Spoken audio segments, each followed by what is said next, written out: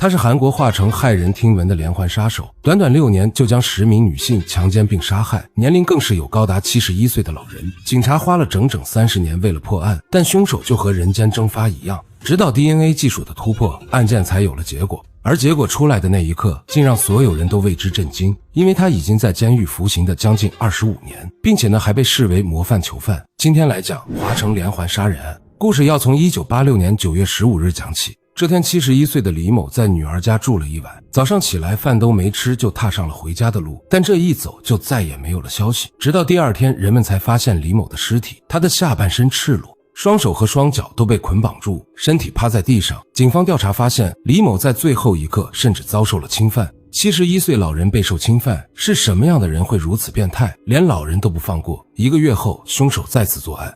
1986年10月20日，25歲的朴某在下班途中失蹤。幾天後，他的遺體被發現在一片草叢中，他的双手被胸罩反綁，頭部被套上緊身短褲，兇手将其活活折磨致死。在接下來的5年中，類似的案件接連發生。1986年12月14日，21岁的李某在回家途中遇害，他的屍體被發現時，双手被反綁，頭部被覆蓋，身體已經開始腐爛。1987年1月10日，18歲的高中女畢業生洪某成為第5名受害者，她的屍體被發現在田地中，雙手反綁，嘴巴被襪子塞住圍巾，成為勒斯塔的凶器。1988年9月8日，54歲的家庭主婦安某在雨天失踪几天後，遺體被發現，她的下體被塞入異物，手腳被反綁，死因同樣是窒息。這些受害者的年齡從13歲到71歲，身份背景各不相同，兇手的隨機性讓案件變得更加複雜。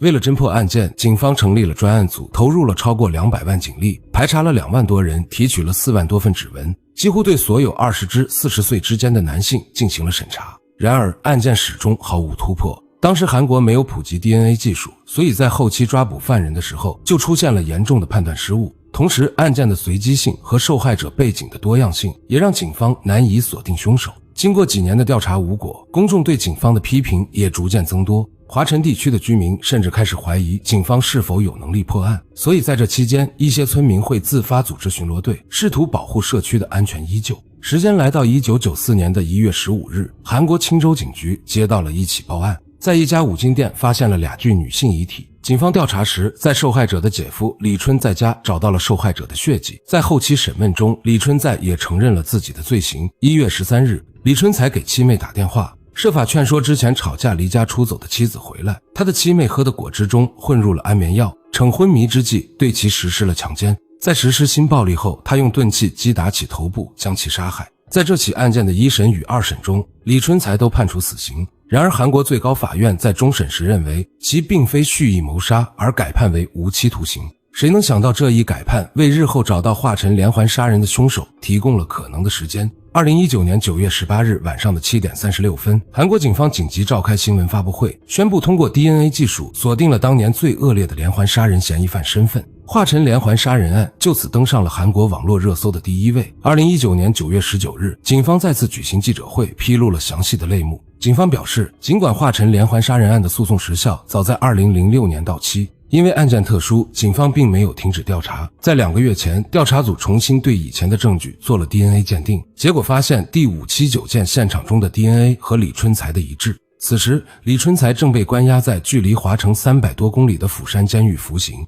據報道稱，在獄警和獄友眼中，李春才沉默老實，表現優秀，從未受過處罰，若不是無期徒刑，早已假釋出獄。沒人相信這個模範囚犯竟是背負多條人命的連環殺手。起初李春才拒不認罪，但警方組建57人專案組，重新梳理15萬份調查記錄，9名犯罪心理分析師輪番與其對話。在 DNA 鐵證、公訴時效已過、心理攻堅3重壓力下，他的心理防線徹底崩潰。2019年10月1日，在第9次審訊中，李春才終於坦白，承認犯下全部10起華城連環殺人案，還交代了另外4起強姦殺人案，以及案發前30起強姦或強姦未遂案。他能精準畫出作案地點，描述現場細節，供述可信度極高。10月15日，警方正式对其立案。儘管案件已過公訴時效，無法追加刑罰，但警方承諾查清全部真相，給公眾一個交代。李春才的母親、鄰居、戰友、同學全都無法接受這個事實。在他們口中，李春才內向安靜、乖巧聽話，青春期無叛逆，服兵役時表現普通，工作後人際關係良好，從無暴力傾向，是個再普通不過的人。1990至1991年，李春才搬到青州，成為挖掘機司機，結婚生子。華城的命案也隨之停止。警方推測，婚姻與性生活暫時壓制了他的犯罪慾望。但平靜並未持續。1994年，他再次犯下命案，將自己送入監獄。調查還顯示，李春才婚後對妻子實施家暴，甚至威脅要在他身上紋身，阻止他再婚。獄友透露，他曾私藏10張女性隱私照片，表現出病態執着，有人索要時他會暴怒拒絕。犯罪心理專家分析，李春才具有典型連環殺手特徵，在強者面前溫順，对弱者極度暴力。性滿足是核心犯罪動機，同時他对破壞他人家庭抱有强烈快感，存在極強控制欲。李春才自稱小學時曾被同鄉姐姐性侵，心理學家認為這段經歷可能導致他性格扭曲，對女性產生敵意，但該說法尚未完全證實。這起跨越33年的懸案不僅是一場正義的追尋，更深刻影響了韓國社會。案發於韓國從軍政府轉向民主化的動盪時期，體制混亂，技術落後，警力不足，讓兇手有機可乘。女性不敢獨自出門，整個社會被恐懼籠罩，也讓民眾深刻反思司法與刑偵體系的缺陷。案件也成為韓國流行文化的經典符號。2003年，奉俊昊導演以此為原型拍攝《殺人回憶》，影片不僅還原案件，更折射出那個時代的無力與無奈。結尾主角凝視鏡頭的畫面成為影史經典，藏着抓不到兇手的憤怒與遺憾。當2019年真兇落網時，奉俊昊表示，這比任何獎項都讓人激動。華城案直接推動了韓國刑偵與法律的重大變革。